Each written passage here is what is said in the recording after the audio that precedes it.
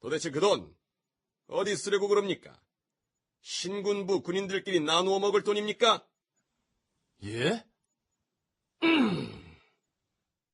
역시 오공 정권의 약점을 일본도 꿰뚫고 있었던 거죠.